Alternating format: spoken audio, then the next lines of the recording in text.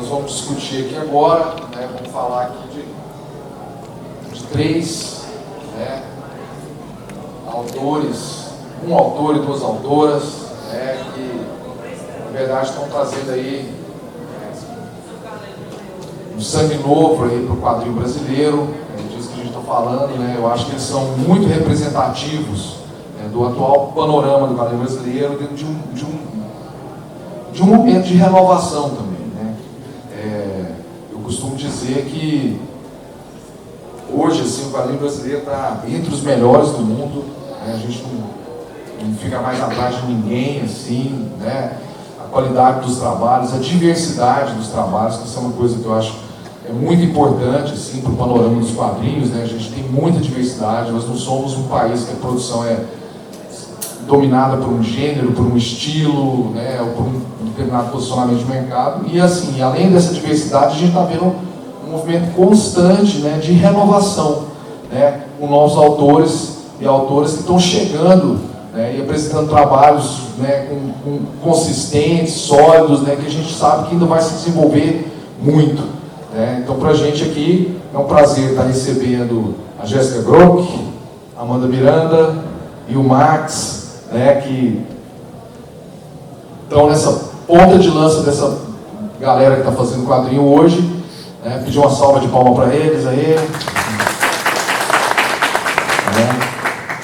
E aí, para tocar esse papo, Pedro Brant, do site Raio Laser, né, vai pilotar essa conversa aí para a gente, tá bom? Então, muito obrigado aí, vamos nessa. Boa noite, eu sou o Pedro, queria só reforçar aqui a apresentação do Márcio. O site Raio Laser, se vocês quiserem conhecer depois, é raiolaser.net. Eu reforço .net, porque se vocês colocarem .com.br, vocês vão para um site que vende luz de festa, esse tipo de coisa. Direto no Facebook a gente recebe mensagem: vocês consertam PlayStation? Putz, foi mal, não. Raiolaser.net, a gente está há 11 anos no ar. A gente tem também um podcast chamado Lasercast, da qual Max e Amanda já participaram. E eu e o Ciro, que é o fundador da Raio Laser, nós estamos com uma mesa. Temos alguns exemplares da nossa camiseta de 10 anos à venda. Temos também o livro do Ciro, que eu fiz a coordenação editorial, chama Zip, Quadrinhos e Cultura Pop. E quem quiser trocar uma ideia, ver o que a gente tem lá na banca, por favor, faça-nos uma visita logo após o bate-papo. As meninas estão no fundo do saguão e o Max também está lá com os quadrinhos dele. Então, gostaram do papo? Vão conhecer as nossas publicações, os trabalhos dos autores, né? E também, quando eu passar o microfone aqui, pedir para cada um também passar aonde eles podem ser encontrados. Instagram, o site oficial, etc, né? Porque às vezes a gente conhece as pessoas, acha legal o papo e depois não sabe como acompanhar o trabalho dessa pessoa, né? E eu acho que especialmente a gente falando aqui de jovens talentos, e eu vou questionar esses jovens daqui a pouco, é importante que a gente esteja acompanhando para saber quais são as novidades e tal, né? Então é muito importante que a gente depois consiga manter um diálogo online, por assim dizer, né? Sem mais delongas, eu queria fazer uma primeira pergunta aqui, que é justamente isso. Vocês se consideram sangue novo, jovens autores? Essa pergunta eu acho que é engraçada porque, assim, a gente, no episódio mais recente do Lasercast, tinha um bate-papo com o Max e com dois autores que estão na primeira publicação impressa, que é o Patrick e o Igor, né? O Patrick está aqui, né, vendendo o quadrinho dele, chama Dente de Leite. Esse quadrinho foi vencedor de um concurso promovido pela Amazon, junto com a editora Pipoca e Niquinho, o site Omelete. E eles foram os vencedores com a obra Dente de Leite. O prêmio era a publicação da obra, a obra foi publicada, está à venda ali para quem quiser adquirir. O Patrick, que é o roteirista, está presente para assinar com dedicatória para vocês. No caso do Patrick e do Igor, eles são de fato jovens autores sem muita trajetória e tal, né? E quando a gente estava criando os cards de divulgação para esse Lasercast com o Max e com os autores de Dente de Leite, a gente já estava pensando qual nome colocar. Coloca jovens talentos, novos autores e tal. E o Max já tem pelo menos uma década de produção, né? Então a pergunta para iniciar esse papo é o seguinte: vocês se consideram jovens autores? Sim, não? Se sim, por que sim? Se não, por que não? Quer começar, Max, já que você foi citado? Bom, obrigado pessoal por ter comparecido aqui. É um prazer estar sendo convidado para esse evento, tá perto de tantas pessoas legais. Eu acho que sim, embora pareça que não, que é isso. Eu vou fazer 15 anos de quadrinhos em fevereiro, né?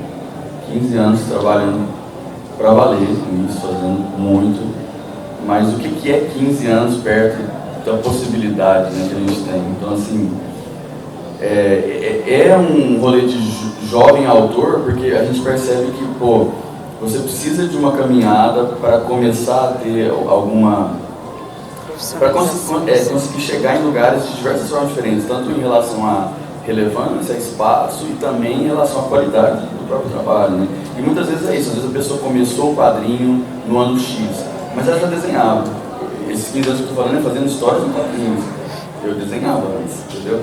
Então assim, mas ao mesmo tempo é isso. Pô, grandes autores que a gente conhece, a gente muitas vezes vê que as primeiras as obras mais relevantes das pessoas, eles tinham 30, 40, 50 anos, né?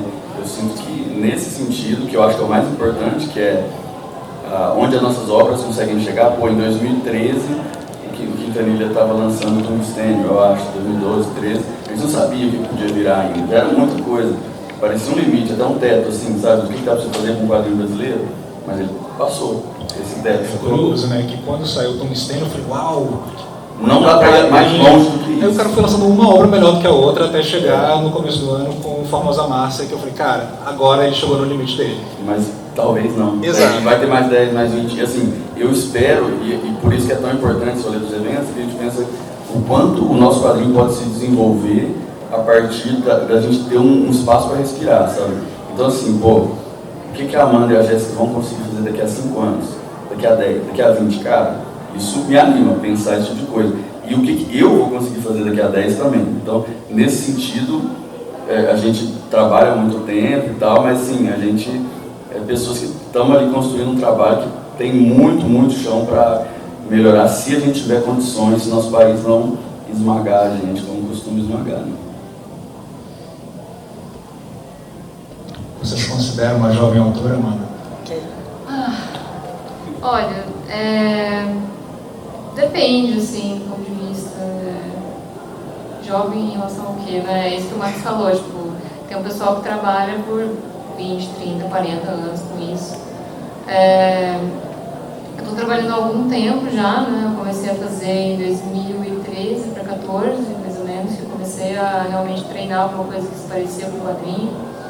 E aí, tipo, entender a cena e frequentar eventos e também a ler mais quadrinho. E a cada zine que eu fazia, eu aprendi um pouco mais a respeito de narrativa, a respeito de experimentação gráfica e todas essas coisas.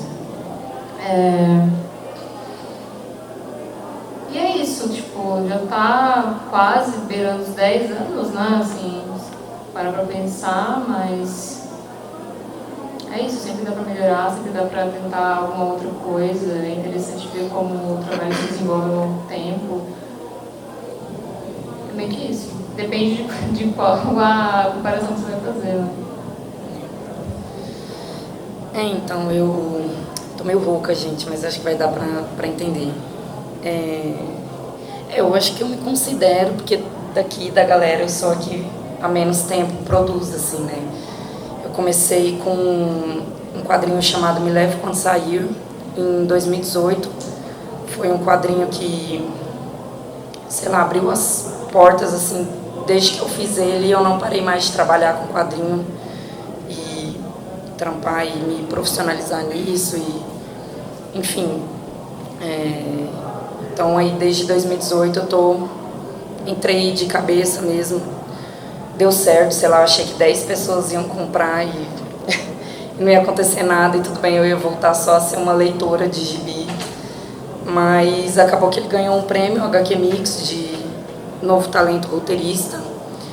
Tiveram um bom, tipo, foi bem aceito pelo público, pela crítica, sei lá. Eu falei, então talvez tenha alguma coisa aí que dá pra continuar, sei lá, acho que... E aí é isso, tô trampando, acho que 2020 foi o único ano que eu não consegui lançar um trabalho assim, então desde 2018 eu lancei 2 trabalhos, foi o Me Leve Quando Sair, o Babilônia. Depois, em 2019, eu e a Amanda, a gente participou de uma coleção chamada Tabu, pela editora Mino. 2020, né, não vou nem relembrar coisas de 2020. E 2021, eu e mais 3 autores, a gente conseguiu financiar uma coletânea por meio do Catarse, né, financiamento coletivo. E esse ano, 2022 está acabando, eu teria que correr para... Mas talvez eu consiga alguma coisa esse ano. Não é um foco, né? Enfim, acabei divagando, mas sim, me considero, acho que 2018 foi ontem, assim, né? E o lapso de memória que eu fiquei também nos 2 anos de lockdown e pandemia parece mais recente ainda, então realmente parece que isso aconteceu ontem, né? Então só um nenenzinho engateando nos quadrinhos, assim, muito... E é massa estar aqui com a Amanda e com o Max, que são 2 pessoas que eu admiro muito o trabalho, assim, então acho que sim, é a resposta, né? Legal. Bom, eu não sei se vocês que estão aqui, nosso estimado público, se vocês conhecem o trabalho deles 3, então queria que vocês apresentassem um pouquinho, assim, quais são as referências que vocês costumam colocar no trabalho de vocês, autores que são inspirações, enfim. Eu acho que é muito diferente o trabalho de vocês 3, né? Então eu acho muito interessante essa mistura aqui de estilos e tal, mas queria saber a partir de vocês, que tipo de quadrinhos vocês gostam, vocês leem, quem são os ídolos de vocês, até para o pessoal conhecer um pouco melhor o trabalho de vocês. E, além disso, qual é o trabalho mais recente de vocês? Ou seja, saindo daqui, o pessoal vai procurar vocês, o que eles vão encontrar na banca? Eu vou começar porque estava meio isso mesmo. Mais recente essa coletânea que eu falei, né, a 1111. Bom, referências, eu sempre... Cada vez que eu respondo essa pergunta, eu falo coisas completamente diferentes. É tipo perguntar quais são seus 10 quadrinhos favoritos. Cada dia vai ser 10 diferentes. Né? Mas eu acho que minhas referências não são coisas que você imediatamente vai bater o olho e falar, nossa, como é parecido. Eu acho que é mais uma coisa mais geral, assim. Mas eu gosto muito do trabalho da Gillian Tamaki, que é uma quadrinista canadense, que eu admiro muito, assim, tua carreira. Ela é inédita no Brasil, né? Ou já teve alguma publicação? Ela saiu aquele verão no Brasil e eu acho que vai sair mais um título dela pela Dark Side, que se chama Boundless. Tem uns meninos na capa, né? A capa branca? Não. A capa branca é aquele verão que saiu pela editora Mino. Fiz o lettering desse quadrinho, inclusive. Que legal. Foi bem massa, assim. Foi meu primeiro trabalho com letreiramento de quadrinhos e foi massa. Curiosidade, foi manual ou digital? Manual feito na mesa digitalizadora, mas eu desenhei cada uma daquelas letrinhas que estão lá, assim. E foi louco, né? Porque eu gosto de letramento manual, prefiro. Você gosta porque não é aquela... Você gosta, não é você. Tô brincando, é muito legal, muito legal. Brincadeira, mas e tinha muita onomatopeia também, coisas de cenário, que tinha, e foi uma porrada, né? 300 e porrada páginas, assim, então foi lenha e massa, assim. Mas eu gosto muito dela, eu gosto... Tem um autor brasileiro que eu acho massa, assim, trabalha com grafite também, que meu trabalho costuma ser com lápis, grafite, assim. Não só, mas é uma mídia que eu gosto, né? Que é o Pedro Franz. Eu curto muito. O Pedro Franz está meio sumido, né? Tem tempo que não sai nada. Vai ter uma, dele, né? uma parada aí que não pode ser divulgada ainda, mas que vai voltar aí. E eu gosto muito da narrativa do Charles Burns, apesar do meu trabalho esteticamente muito longe do dele, assim, mas jeitos que ele constrói, que usa metáforas visuais, coisas assim que me interessam bastante. Enfim, tem uma porrada de gente, mas recentemente que eu consegui lembrar agora, assim. Não vou me estender. Bom, começando pelos trabalhos, né? Como a Jéssica falou, eu lancei o Juízo na coletânea Tabu, que ela também apareceu com o Piracema, né? E nesse mesmo ano eu lancei o Sangue Seco Tem Cheiro de Ferro pelo edital do MIS, da Desgráfica. E em seguida eu lancei o Grito, que eu estou aí com ele na mesa, o chamado Aparição. Eu não me lembro mais se foi 2020 ou 2021, porque a pandemia pouco a minha capacidade de entender o tempo. E esse ano eu lancei impresso a Urna, que foi finalista da CCXP Awards. E eu tinha lançado ele a princípio no finalzinho do ano passado, em parceria com uma agência de checagem de notícias, né, que fazia parte de uma programação para falar sobre a validade do nosso sistema eleitoral e tudo mais, que estava começando a ser bem contestado e tal. E foi muito interessante, né? Eles me deram um espaço de 10 quadros, assim, que a princípio era para ser só 10 ilustrações, mas eu quis fazer uma história em quadrinho muito inspirada, assim, em histórias em quadrinhos de terror, curtas como as da EC e tal, que vão para um lado mais absurdo, assim, e tudo mais. E eu me inspirei bastante em filmes de terror de décadas variadas, mas principalmente dos anos 70, muita coisa trash, gore e tal, para criar essa história, porque eu acho que, assim, apesar da nossa realidade estar completamente, perdão da palavra, fodida pelas fake news, eu acho que o exercício de criar fake news é uma coisa extremamente divertida e absurda e ridícula, sabe? É tão massa, mas também é tão horrível, né, o impacto delas, né, na realidade. E aí eu criei essa história, que é horror comédia e tal. Em relação à referência, eu venho de uma cidade que não tem nenhuma, assim, quando eu estava assim, na idade de procurar esse tipo de coisa, não tinha muito acesso a coisas underground. Eu tinha acesso a uma banca de jornal que era do meu vizinho e tal, mas não peguei uma época de histórias que me cativaram, sinceramente, então eu passava muito tempo na biblioteca.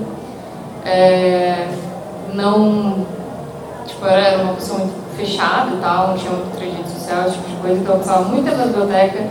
E na biblioteca da minha cidade pequena só tinha, assim, sei lá, Edgar Allan Poe, sabe? Umas coisas clássicas, assim, de terror e tal, que eu me interessava muito, li muito Cortázar. E me inspirou pra caramba, assim, principalmente literatura. Eu só fui ter acesso a quadrinhos de um jeito mais underground pela internet, que eu acabei já por consumir muita história de terror, de filme, e ser meio obcecada com isso. Eu acabei encontrando, sei lá, igual a Jessica falou, Charles Burns, Daniel Close, e foi isso que meio que mudou completamente a minha perspectiva em relação ao quadrinho, porque eu achei que só conhecia Batman, Mônica e coisas que realmente não me davam nenhum interesse, né? Assim, especificamente o Batman na época que era, sei lá, parecia que o pessoal estava colhendo no CorelDRAW, sabe? Uma coisa absolutamente estética horrível, assim, né? Mais tarde eu cheguei a reler Batman e tudo mais com estéticas anteriores, eu até achei interessante narrativamente e tal, mas enfim. As principais referências hoje em dia acabam sendo, sei lá, Silvino Ocampo, eu gosto muito da Hilda Hilst também, eu gosto muito da Carmen Maria Machado, algumas autoras assim que têm uma pegada assim, dentro da literatura brasileira acabam nos falando muito dessas autoras como tanto a Hilda quanto a Lígia Fagundes Telles como autores de terror, mas eu sinto que tem um estranhamento muito grande, um interesse de orbitar o bizarro e 100%. E as coisas, né? Não chega a ser uma narrativa perfeitamente dentro de gênero, mas me interessa, é estranho, é incômodo, e a maneira como elas narram também é muito interessante. E é isso. As principais referências que eu tenho são literatura e cinema, muito cinema. Eu, desde assim, de criança, né, tipo, meu tio era muito viciado em filme de terror, então eu assistia com ele. E depois ali, pelos 11, foi quando eu comecei a ter acesso à internet e baixar muita pirataria e assistir coisas como The Call Her One Eye, que é uma puta trecheira. E só fazer um parêntese, é o filme que inspirou a personagem do Tarantino, de tapar o olho, né? Só que é um filme muito mais violento, muito mais absurdo, que é de revenge porn, né? É aquele thriller, aquele picture lá. O filme tem tipo 4 títulos, né? Sim, porque são esses filmes que eles são feitos B, e aí eles são relançados várias vezes com cortes diferentes também e tal. Tem cenas muito violentas, É bem violento e, enfim, sempre me interessei muito por essas coisas um pouco mais violentas e tal. Hoje em dia eu gosto muito de terror brasileiro em relação a, sei lá, Zé do Caixão, por exemplo. E é isso, acho que eu já falei demais. Meu trabalho mais novo que saiu, né, que foi publicado agora, foi o Anjinho, que é uma graphic MSP, é um selo de reinterpretações dos personagens da Turma da Mônica. E logo antes dele eu fiz o Juquinho, né, que é um personagem próprio que eu criei para lançar de graça no Instagram. Na época que eu comecei eu nem sabia o que ia virar assim, se chegasse a ser um livro ou não.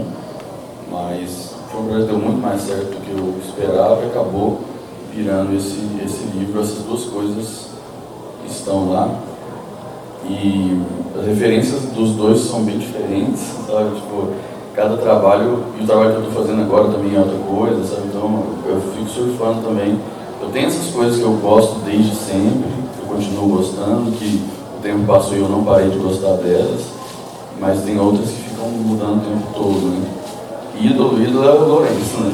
E é muito louco esse negócio do jovem autor, né? O Lourenço construiu uma carreira nos quadrinhos, mas ele começou na literatura quase com 40, né? E agora já faz uns 20 anos que ele é um escritor de livros. As pessoas até esquecem que ele fazia quadrinhos. Então tem gente que realmente não faz ideia que ele já fez quadrinhos. Agora ele fez.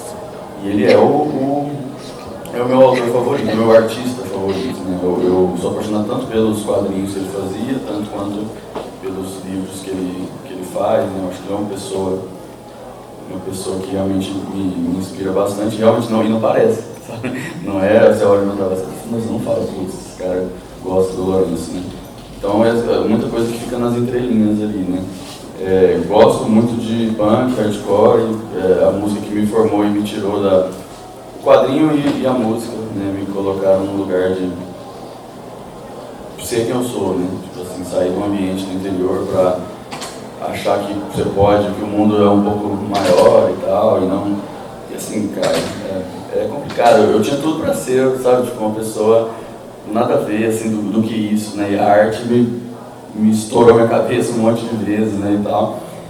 Também sou uma pessoa muito tímida, muito fechada, né? Durante a escola, durante a adolescência, uma pessoa muito na minha e tal. E a arte meio que conseguiu me despertar para esses lugares, assim. Gosto muito de mangá, né? Sou um autor que era um autor de mangá. O Batista falou, eu não sabia que você fazia mangá. Eu falei, pra mim eu faço mangá ainda, sabe? Tipo assim, pra mim tudo que eu faço é mangá, a minha gráfica é um mangá, sabe? Só que a percepção das pessoas mudou com o tempo, né? Então assim, eu acho que a grande parte mais importante do teor do meu trabalho, ele continua o mesmo, o tipo de narrativa continua o mesmo, mas ele se transformou de uma forma que as pessoas nem imaginavam que eu tinha uma ligação separada, né? Mas é isso, eu gosto muito da literatura do Lourenço. Por meio dele eu fui meio conhecendo outros autores, porque aí é isso, né, também, uma coisa puxa a outra, né? Aí o Lourenço gosta do Valente Xavier, que é uma coisa que está muito no meu trabalho que eu estou fazendo agora. E aí ele gosta do Marcelino Freire, e aí o Marcelino Freire puxa a Aline Bey, e aí a Aline Bey, aqui começa, tipo, literatura brasileira contemporânea é uma coisa que há uns 5 anos atrás eu não conheci quase nada e hoje já está presente no meu trabalho. Então, é uma mudança, mas assim, como se for pensar assim, categoricamente, Lourenço Butarelli, punk, hardcore e mangá. Mangá de porradinha mesmo. Mangá de hominho. Ontem eu fiz um bate-papo aqui com o Lobo e com a Dani da Ugra sobre editoras independentes. Eu puxei a conversa sobre o trabalho de edição, relação editor com o autor, né? Muitas vezes, quem está começando, ainda no começo de carreira, não tem muito essa relação com outra pessoa, seja qual for. A pessoa faz tudo, né? O roteiro, o desenho, leva para a gráfica, etc, etc. né? Eu queria saber de vocês, se vocês já tiveram essa experiência, né, de trabalhar com outra pessoa que pudesse eventualmente comentar o seu trabalho, e se isso é algo que vocês veem como interessante, se vocês buscam isso, ou vocês preferem assim, gosto de trabalhar sozinho, não quero ninguém comentando, só vou mostrar quando está pronto e é isso aí, ou se para vocês esse diálogo com o editor, ou eventualmente alguém que vai fazer o roteiro para vocês fazerem a arte, enfim, a dinâmica com mais pessoas na produção de quadrinhos é algo que vocês acham interessante, já tiveram essa experiência e, em caso afirmativo, comenta um pouquinho como é que foi. Nossa, você falou uma coisa que eu achei que era só para dar referência de Bi, ficou parecendo, né, aqui. Mas, enfim. Se quiser complementar... Não, fica aí para... Se alguém quiser saber mais, pergunta para mim lá na mesa. Lá na mesa. Senão eu tinha falado coisas mais legais e mostrar que eu leio livros também. Não, brincadeira. Eu não tenho problema nenhum dizer que eu só leio quadrinho, porque na verdade eu não sei ler, eu só sei ver desenho, então é por isso que eu só leio quadrinhos. Eu nunca cito livros quando me perguntam o que eu gosto de ler, porque eu não sei ler. Eu acho um problema, gibi de quem só lê gibi costuma ser ruim, assim. Mas, enfim, nossa, uma ofensa do nada, assim, mas eu acho que é problemático, é legal ter várias referências de tudo, assim. Cotidiano também, coisas assim, né? Mais sobre trabalhar com edição e o faz tudo, né? Eu acho que é muito importante, sempre que puder, assim, ter as duas experiências. Para mim foi muito importante ter feito o meu primeiro trabalho da maneira que eu fiz, o trabalho que abriu minhas portas, assim, que foi o Me Leve, né? Onde eu fiz absolutamente tudo, nunca tinha feito nada, então tudo que eu fiz nele eu aprendi na marra, fazendo mesmo e tentando e dando errado e quebrando a cabeça, assim. Eu costumo ser uma pessoa muito prática, tenho um pouco de dificuldade com coisas apenas teóricas também, então para mim é muito importante para eu aprender, eu botar a mão na massa ali e me forçar a editar meu próprio trabalho, me forçar a conhecer mais de processos gráficos e o tudo, fazer tudo, assim, eu acho essencial. Faz você ter mais noção de tudo que envolve fazer um quadrinho, assim. Depois, quando eu fui trampar em editora também, aí que eu entendi trabalhar mesmo assim como funcionária, né, não como autora aqui. Trabalhando numa editora também, entender tudo que acontece para um livro existir, né? O letreiramento, o balão, a revisão, a impressão, entender do papel, das cores, enfim. Então, isso quando você está underground lá, fazendo sozinho, você tem que ser uma mini editorazinha. Eu acho foda, assim, eu acho que tem que ter essa experiência, nem que você fale assim, não, me fude demais, não aguento, preciso que alguém me ajude em alguns processos, assim, tudo bem, mas eu acho importante que tenha essa vivência, assim. Eu tive a oportunidade de ser editada também pela Janaína, da editora Mino, na coletânea que a gente participou, da Tabu. Eu fiz um quadrinho do qual eu ainda gosto bastante, que é o Piracema. E foi massa, assim, eu gosto da troca, eu gosto de uma pessoa que se debruça ali no seu trabalho e tenta arrancar de você o melhor quadrinho que pode sair, assim, né? É um processo, você tem que confiar muito na pessoa, assim, né? Confiar na leitura que ela está fazendo do trabalho, confiar que ela está na mesma vibe, ali, na mesma sintonia, que ela entendeu a proposta, porque deve ser difícil, assim, você ser... nesse caso com a Janaína, assim, ela pegou o espírito do meu quadrinho, ela entendeu a proposta, foi um processo de edição que para mim foi muito positivo, eu achei bom, assim, teve alguns toques que no processo de edição dela, no caso, assim, a última palavra é sempre do autor, então se ela sugerisse alguma coisa e eu falasse, não, mas eu acho que funciona, eu vou manter, beleza, mas eu costumo ser uma pessoa bastante aberta, assim, para ouvir, e aí eu filtro e uso o que eu acho que vai ser legal, assim, mas eu costumo ser bastante aberta e considerar e pensar com atenção na sugestão da pessoa, no que que funciona ali ou não. E também quando você está fazendo o quadrinho é um processo muito, tá você dentro da sua cabeça e chega um momento, assim, se é um trabalho um pouco mais longo, você já está com um olhar viciado, ou uma leitura viciada, ou você já entrou tanto dentro da sua cabeça que a história para você está acontecendo perfeitamente, mas você já está tanto consigo mesmo que você não, às vezes não consegue enxergar o que está só na sua cabeça e o que você de fato conseguiu colocar no quadrinho, as intenções que você conseguiu colocar lá, porque é um trabalho meio de manipular o leitor, assim, né? Eu não acho que existe leitura errada de um trabalho, mas eu acho que quanto mais o autor está no controle de coisas que ele quer trazer, que ele quer causar, sensações e o entendimento da narrativa, não, nesse ponto aqui eu quero que o leitor se sinta confuso, se sinta angustiado, E o editor acaba que ele é um primeiro leitor também. Então, você mostra lá o trabalho e o editor, pô, aqui eu me senti assim, é isso? Eu falei, não, é isso. Né? Então, esse tipo de coisa é bom, porque você tem uma primeira visão do mundo lá fora, como se fosse assim, né?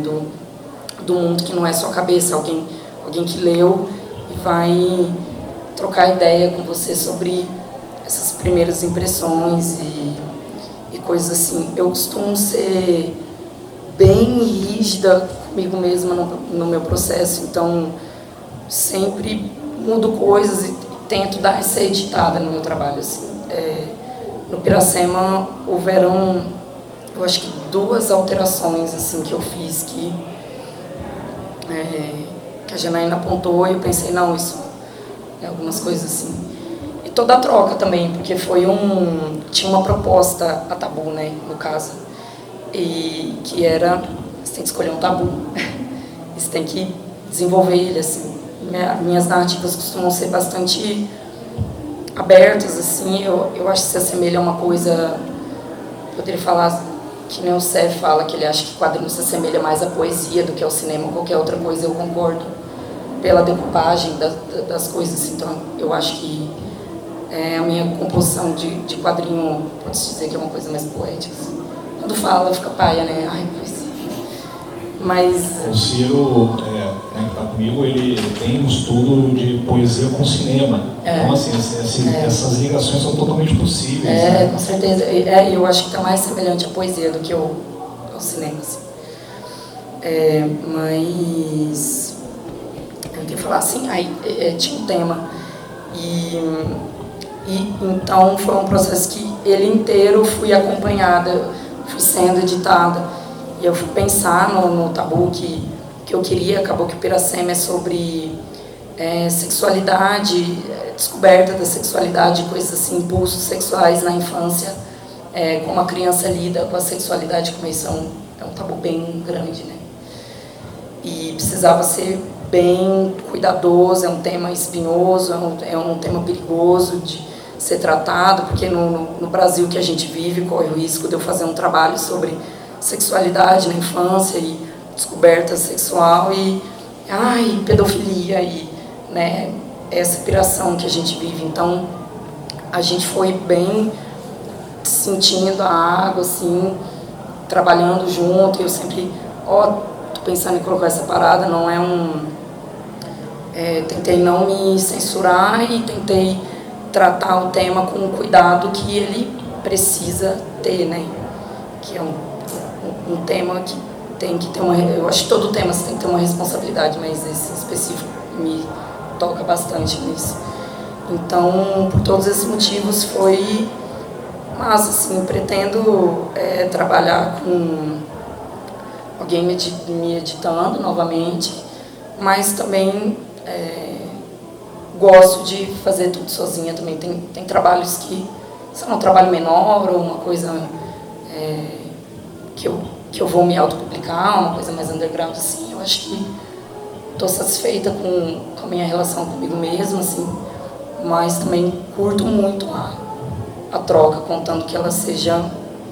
isso, você sinta uma confiança ali, que não costumo dar meu trabalho para porque tem gente que pega, faz umas páginas, manda para uma galera e fala, e aí, o que você achou? Então, eu tenho um limite, assim, eu não gosto que muitas pessoas fiquem lendo, eu acho que opinião demais também polui a sua visão, a sua intenção que você está no seu trabalho, assim, eu acho que tem que ser partir muito mais do autor do que quando você começa a pegar opinião demais e todas contarem muito, viram um monte de braço dentro do seu trabalho, acho que você se perde o controle que o autor, sei lá, eu gosto de colocar várias intenções, assim, eu deixo lá, se o leitor pescar, é legal, assim. Acho que não tem leitura errada, mas tem sensações, é meio isso. Legal. Certo, então, eu participei do mesmo projeto que a Jéssica, né, no Tabu, e foi, como ela falou, foi um convite a pensar em algum tema que fosse tabu e tudo mais. A princípio, o primeiro roteiro que eu sugeri acabou não dando certo, que era um outro tema tabu completamente diferente, que era um pouco mais violento, digamos assim. E aí eu fui para um outro lugar, né, que era um lugar que eu estava meio que evitando de tratar, porque enfim, tinha um certo problema de tratar com temas de maternidade por questões minhas. Mas foi isso, né? Foi um pouco a Janaína também chegou a sugerir a questão da maternidade e tal. E a única forma que eu pensei em trabalhar isso seria partindo do aborto, né? Que é um tema que tem ficado cada vez mais tabu, pelos motivos mais imbecis possíveis, extremamente retrógrado e, enfim, pensamento muito enraizado em religiões que estão a cada dia tomando mais conta de decisões que não deveriam ter cunho religioso, né? São questões científicas, questões de saúde pública. E eu fui trabalhando nisso, eu não estava muito interessada em partir para uma discussão moral, eu não queria atingir o público criando uma vítima perfeita, né? Eu não queria fazer uma história para fazer você sentir dó da personagem, porque é uma coisa que, assim, trabalhando com jornalismo também, é uma coisa que dá pra gente sentir, a não ser que seja uma vítima perfeita, uma mulher que foi estuprada, uma mulher que foi abusada, uma criança, alguma coisa assim. Se não tiver todas essas definições, é como se o aborto não vai ser concedido, né? Como se você estivesse fazendo uma troca. Quanto sofrimento você tem para me oferecer para eu poder te dar isso, né? Eu acabei indo para um lado mais de... que é uma porcentagem grande, né, de mulheres que fazem. Mulheres ricas, bem estabelecidas, que têm cristãs também, que têm o próprio dinheiro, que têm o próprio poder individual para fazer essa escolha. E apesar de eu tratar ao longo da história, né, eu me inspirei bastante no formato do Cleo das 5 às 6, que é esse A Day in the Life, né, da personagem que a gente vai seguindo e tal, e a história se fecha num dia só. Da Agnes, né? Isso, da Agnes Varda. E partindo daí, eu quis pegar uma personagem que é uma mentirosa também, né? Porque ela vai te levando para um lado que no final das contas é outra coisa. E assim, eu tô dando um puta spoiler, mas nada como experienciar a leitura também depois, né? Mas é isso, eu peguei acabei partindo com uma metáfora de algo muito banal, porque no final das contas é uma experiência, eu não quero, de certa forma, analisar o aborto, mas é uma experiência tão grave quanto qualquer outra cirurgia, né, no caso. No final das contas, cada indivíduo vai ter um peso moral de acordo com o que ele foi ensinado, tipo de dogma que ele tem e tudo mais, mas também sou muito contra narrativas que falam que tipo, o aborto é muito sofrido e muito, sei lá, nesse caso específico que é o de uma mulher de classe alta, né? Que existem de fato abortos muito sofridos, né? Já que a gente vive numa sociedade onde isso é fora da lei, Mas nesse caso específico, o aborto não é uma experiência tão traumática assim. É como se fosse tirar um dente, de certa forma. Que é uma experiência que também existe risco de morte e tudo mais. E, enfim, foi partindo a partir daí. E ao longo das páginas eu tive a ajuda da Janaína, também fui mostrando para ela conforme eu fazia e tudo mais. A concepção do roteiro eu mostrei para ela já pronta, mas ela acabou me dando alguns toques a respeito de, sei lá, esse desenho aqui eu não consegui entender, por exemplo, que era uma vagina, talvez precisa um pouco mais de definição, e coisas assim, que é interessante, exatamente isso que a Jéssica falou, quando você está muito tempo trabalhando num projeto, às vezes você acha, você está se entendendo com você mesmo, né? Você enxerga mais, né? Exatamente. E foi isso, foi bem legal. E quanto ao Independente, eu não cheguei a contar, eu nem sei quantos índios eu já fiz no começo, porque eu fazia tiragens muito, muito pequenas. E foi uma experiência realmente de aprender a fazer quadrinhos enquanto eu fazia essas pequenas tiragens, entender que tipo de narrativa que eu queria criar, já que, como eu falei, eu não tive acesso, né, a minha cidade não tinha muito essa questão de cultura e quadrinho e tal. Até hoje é muito difícil de ter esse tipo de acesso lá na região. E fui entendendo como habitar essa linguagem, né? E como partiu desse jeito, sem nenhum tipo de auxílio exterior, sei lá, um professor ou algo do gênero, uma coisa mais... incentivo. Uma coisa mais formal, mais formalista mesmo, né? A questão do quadrinho, para mim, acabou virando uma questão de autoexpressão, né? Porque eu estava aprendendo a linguagem enquanto eu aprendia o que eu queria falar e já sendo uma pessoa que não é excelente em comunicação como um todo, foi meio que isso, né? Uma maneira de desenvolver a minha própria maneira de me comunicar comigo mesma, com o público, me fazer entender. Enquanto eu escrevo uma história, como se eu estivesse entendendo situações da minha vida também, apesar de eu nunca ter feito nada autobiográfico. Mas tem toda essa questão, quando você cria um personagem, você está criando uma pessoa diferente de você e tentando entender como uma pessoa diferente de você pensa. Então é um exercício meio que também de criar empatia e, enfim, todas essas coisas. Eu acho que é isso. Vou só concordar. Acho que as duas falaram bem. Para mim é a mesma coisa. Acho que aprendi muito em todas as vezes que eu fui editado, até as ruins, né? Foram muitos editores diferentes, lugares diferentes. No seu trabalho com o Anjinho, o Sidão foi o seu editor, certo? Sim. Foi próximo, assim, ou era uma coisa que não teve tanta presença dele, assim, ou era uma troca constante? Teve bastante, assim, mas meu roteiro foi aprovado de primeira, storyboard, tipo, coisa de alterações muito, muito pequenas, simples, assim, que não faziam mesmo diferença para mim, na verdade. Então, ele foi bem tranquilo, assim, bem tranquilo. E os outros trabalhos, o do Charles eu fiz pela Draco, a gente fez esse trabalho de edição. O Juquinho eu lancei por ele, mas eu fiz tudo sozinho antes na internet. Então, eu tinha que mudar uma coisa ou outra no livro, tipo, o Juquinho xingando o Elon Musk, aí não tinha que mudar o nome para nem eventualmente não se fuder e tal, por causa disso. Uma bobagem ou outra, assim, né, para adaptação pro livro impresso, mas o trabalho do quadrinho eu fiz sozinho. E, então é isso, assim, todas as coisas que eu fiz com editores eu aprendi, inclusive as experiências ruins. Todas as vezes que eu trabalhei sozinho, inclusive os gibis que ficaram uma merda, também me ensinaram coisas. Eu acho que é muito bom passar por todos os processos. O comentário do leitor é algo que vocês buscam, vocês têm interesse em saber o que estão falando daquilo que vocês produziram?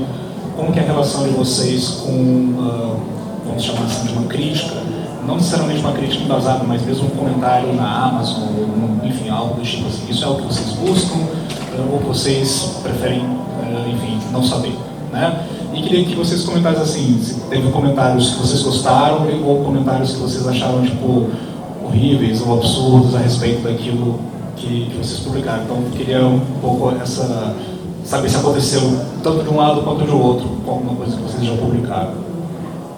Não vou fazer o processo de conversa aqui agora. O primeiro quadrinho que eu fiz, lancei na internet no blog, Orkut, na época, né? Tinha um blog e tal. E tinha uns, já arrumei uns haters, assim, sabe, desde o começo. E tipo, isso foi bom. Meu trabalho nunca foi tão bem quisto, bem falado, assim, até muito recentemente, sabe? Então, assim, eu me acostumei muito. É normal eu falar, putz, às vezes acontece uma crítica, assim, eu vejo amigos, né, extremamente ofendidos, eu falo, não, pai, sabe, assim, não é, mas é mentira, quando é comigo eu vou e sim também, mas esse rolê de tomar umas palavras, tomar uns haters, era nos comentários do blog, no começo, né? Isso meio que me calejou um pouco, assim, nesse sentido, né? Eu acho que sempre existe um medo, eu sinto, né, quando eu estou fazendo uma coisa, eu sempre fico um pouco inseguro para fazer, na hora de soltar, né, de, pô, isso aqui ficou tão legal na minha cabeça, enquanto eu estava fazendo, estava tão massa, mas será que isso vai chegar em alguém, né, porque no fim das contas a gente quer que chegue, né, senão não publica, se for só por você, faz, fica lá, sabe. Acho que existe uma coisa, eu faço por mim, mas eu quero que as outras pessoas, que cheguem nas pessoas certas, não quero que chegue todo mundo não, sabe, mas as pessoas que têm que chegar, eu quero que chegue. E aí no blog já tinha isso, aí o meu outro challenge não saiu no Piores do Mês, no Conversa HQ. Então assim, isso, eu fui acostumando com esse tipo de coisa e ao mesmo tempo tinha essas pessoas que, nossa, a melhor coisa que eu já vi, não sei o que, aí é já o inverso, não, cara, você tá errado, sabe? Pô, mas é bom ver, é incrível, pô, eu tava comentando com a Dani ali sobre os livros, né, sobre a própria coleção das graphics, né, sabe? É uma coleção de... As duas coleções têm 30 livros já. É lógico que eu não gosto de todos. É óbvio. E é óbvio que alguém chorou num que eu não gosto. Isso é massa, sabe? É massa essa possibilidade de você ver aquilo que você não curte, é uma coisa que tocou profundamente uma pessoa, e aquilo que você gosta não fez cócegas na outra. São essas percepções que a Jéssica falou de não existir a leitura certa, né? Então, eu gosto de ver review, comentário, acho importantíssimo. Só que existe aquela parte que você tem que se convencer, porque tem esse negócio de 500 avaliações positivas, aí uma pessoa fala o negócio, você fala... E não, mas é engraçado que às vezes aparece uma estrelinha, né? Você vai lá, o cara reclama que a embalagem é uma amassada, né? E tem os de 5 também, tem os de 5 que veio tudo muito bem, perfeito, a qualidade está muito tal também. Fala da capa dura, fala que a impressão tá legal, mas fala da história. E fora que isso meio que dá um ranking no livro lá, no sistema, né? Mas assim, eu acho que é essa parte de se importar com isso, mas não tanto. É meio que isso. Eu quero ver, eu gosto de ver, mas tem um limite do quanto isso pode te afetar. Um pouco você tem que ser um pouquinho, eu acho que não é a palavra, mas assim, um pouco arrogante, assim, de ter um pouco da sua confiança no que você faz, sabe? E aí, lidando com isso, assim, numa forma meio equilibrada, eu acho que dá certo, sabe? Então, pensando nessa questão da arrogância, não sei se eu usaria esse termo, eu acho que eu sou mais egoísta mesmo, assim, às vezes fazendo quadrinho, porque na maior parte do tempo eu estou trabalhando com, sabe, publicidade, eu estou trabalhando com coisas assim que eu tenho que pensar no público o tempo todo, sabe? Então, quando eu estou fazendo quadrinho, por eu estar fazendo quadrinho no Brasil especificamente, e ainda mais por uma coisa independente, eu estou fazendo algo extremamente egoísta e, tipo... Pra vocês. Apesar de eu fazer vários quadrinhos que têm uma proposta política, que eu acabei de falar sobre aborto, várias pessoas vão falar, meu Deus, você deu um tiro no pé. Isso que você está falando vai afastar determinada legião de não sei o quê, entendeu? Mas é a minha opinião, entende? Tipo, eu estou fazendo isso daqui e é um quadrinho que não vai me deixar milionária, entendeu? Eu estou fazendo esse quadrinho porque é uma expressão da minha opinião e do que eu sinto a respeito do tema, de questões assim mais subjetivas minhas. Então, assim, eu tenho um pouco de dificuldade de quando, sei lá, falar que porque eu estou fazendo um quadrinho político, eu estou falando por alguém, ou então que eu estou representando alguma coisa. Cara, eu me embaso no que eu estou fazendo, mas eu estou produzindo um trabalho autoral meu, sabe? quando eu estou fazendo um trabalho para um veículo sobre isso, eu tenho, assim, eu me sinto muito mais, não vou dizer responsável, mas assim, muito mais preocupada com como as pessoas vão receber isso, porque aí eu estou falando de histórias reais. É muito diferente quando eu estou fazendo ficção. Quando eu estou fazendo ficção, estou fazendo uma ficção para mim mesmo, assim. Eu acho que é muito legal. E justamente quando eu estou fazendo uma coisa para mim, é mais legal ainda quando tem uma pessoa que fala: caralho, eu gostei muito disso que você fez, sabe? E eu também tenho essa preocupação que a Jéssica falou a respeito de ser meio controladora e querer atingir determinados estímulos no leitor. Mas a priori é mais isso, uma coisa meio... É a última coisa que eu tenho das coisas que eu faço, onde eu posso ser sem filtro e... me expressar da melhor, tipo, da maneira que eu quero mesmo, e é isso.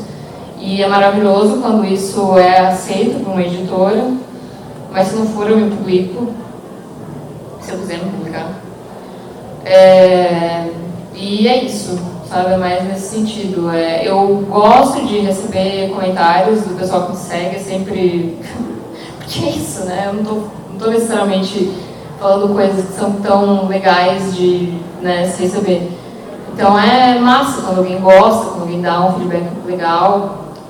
Quando não dá, foda-se, entendeu? Eu não tô nem aí para esse comentário. Então... Quando é uma crítica mais humanizada, legal, mas, assim, igual você falou na Amazon, o Projeto do Tabu tem comentários na Amazon completamente. Tem um comentário muito bom. Tem um comentário muito engraçado, muito falando que são... até que tem uns desenhos legais, mas essas meninas não sabem o que elas estão falando, sabe? Tipo, porque, enfim, tabu, etc. E aí, eu não sei, se é um, sei lá, um comentário mais embasado, criticando isso ou isso, pontos específicos, críticas construtivas, massa, talvez eu leia, talvez eu ache que seja legal, mas... E eu não quero ser arrogante falando isso, mas é que é literalmente a única coisa que eu tenho onde eu posso ser sem filtro, então é isso. Eu ia falar desse comentário que... Só contar pra vocês que é muito bom, assim, tem um comentário lá da Tabu que é 3 quadrinhos metidos underground, não entendi nada, mas até que as ilustrações são bonitas. E eu fiquei, gostou do desenho. E é muito bom, mas... Foi o Pedro? Foi assim. Tipo 2, sei lá, né? Tipo, mas eu tenho uma relação com isso que eu gosto de ver a recepção da crítica especializada, digamos assim, é massa.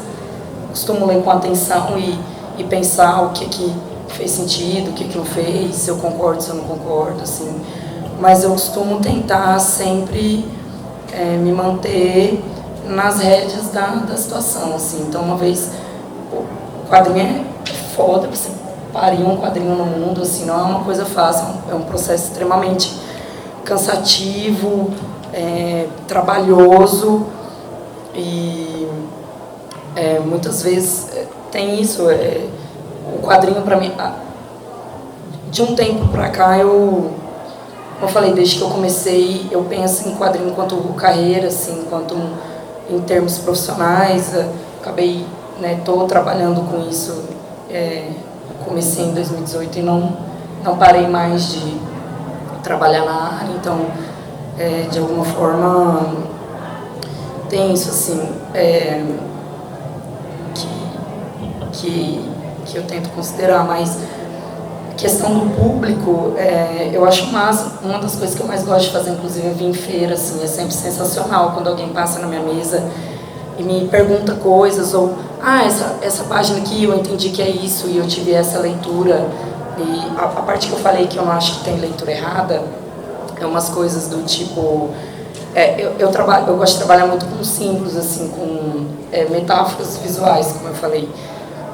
E nas minhas narrativas eu não costumo bater um martelo, apesar de eu tentar controlar muito e tudo que eu coloco numa página eu penso muito por que eu estou colocando, o que cada coisa, por que ela está lá, por que ela está naquele lugar, naquele momento, por que faz sentido. Se eu coloco um tatu lá, um brinquedinho de madeira que é um tatu, eu pensei qual animal de madeira que eu deveria fazer.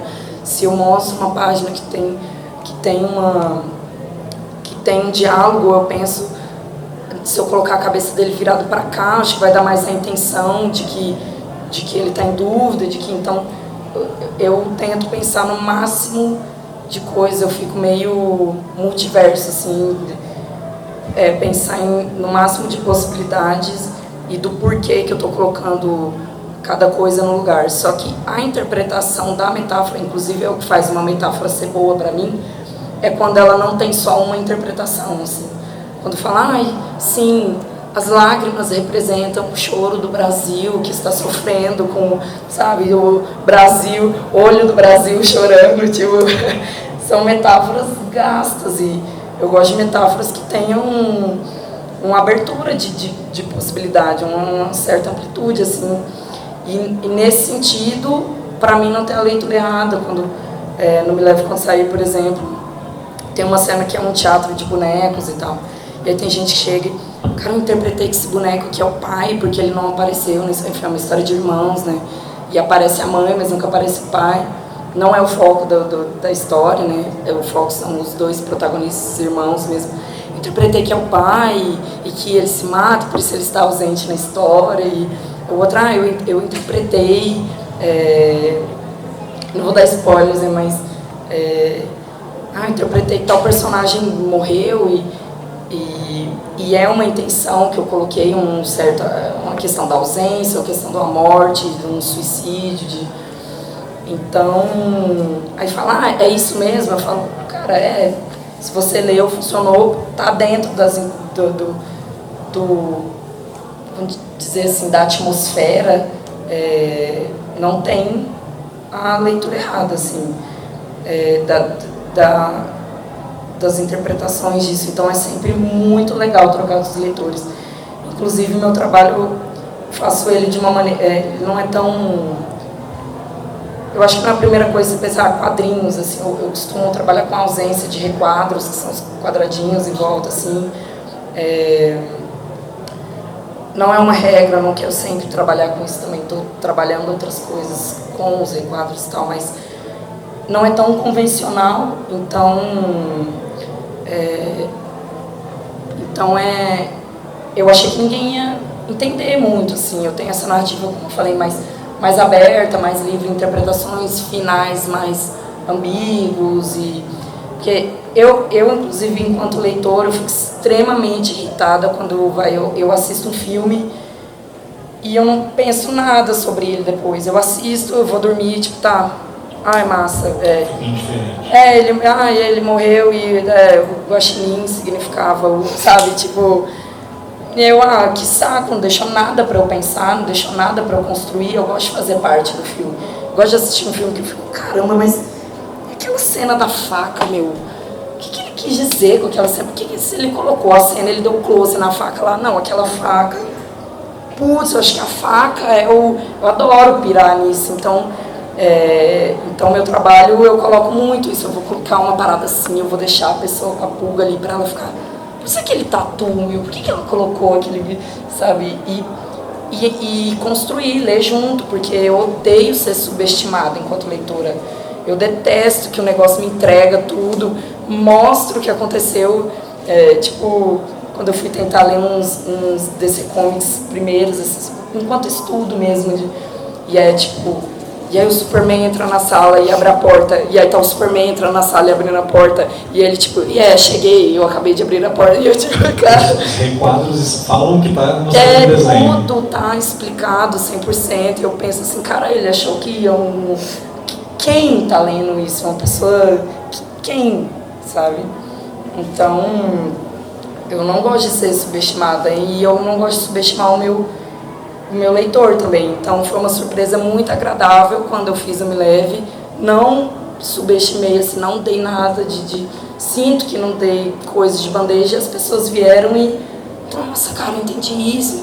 E tudo muito porque eu tava querendo. Eu falei, caralho, funcionou, meu Deus, como isso, né? Só que trabalhos que tiveram um alcance diferente, públicos, quando o Tabu saiu, como ele saiu por editora, acaba que alcança um público diferente. Vem uma pessoa que está lendo, sei lá, está lendo pro Baker lá na mina e deu de cara que o Tabu comprou e fez um review desse na Amazon, por exemplo.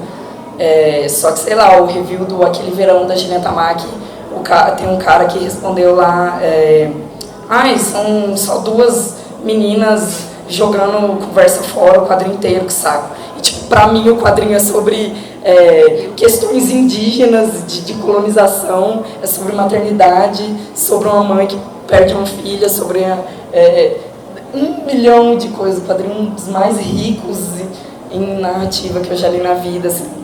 E isso faz com que eu fique com o pé no chão, do tipo, cara, se o cara fez esse review para Gillian Tamaki, que para quem nunca leu Aquele Verão, ganhou praticamente todos os prêmios mais fodas de melhor quadrinho, assim. E aí, tá, as pessoas vão falar o que quiserem, assim. É legal, mas quando é uma crítica ou uma coisa, eu não acho que é negativo, mas quando vai mais para um lado de, eu não gostei de tal coisa, eu ouço só quem eu respeito, assim, pessoas que têm, sei lá, assim, um autor que eu respeito, um editor que eu respeito, um crítico, um jornalista que eu respeito, eu vou ouvir a opinião dele sobre aquilo e vou ponderar também, não vou falar, não, eu sou uma merda, porque fulano falou. Então tudo eu vou ponderar, mas quando é essa questão mais crítica nesse sentido, assim, um review na internet realmente é só engraçado, eu só printo, posto no Instagram, no Stories eu coloco eu acho que é mais, tem que ter um equilíbrio, assim, né? Pessoal, a gente já extrapolou o nosso tempo, mas antes de encerrar aqui, eu queria passar a bola para vocês. Alguém tem alguma pergunta aqui para a Jéssica, para a Amanda ou para o Max? Não precisam ficar tímidos. Se quiserem, mandem a pergunta por Zap, eu leio aqui, não tem problema. Então, agradeço a presença de vocês. O pessoal está aqui expondo e vendendo o material deles. Visitem as mesas deles.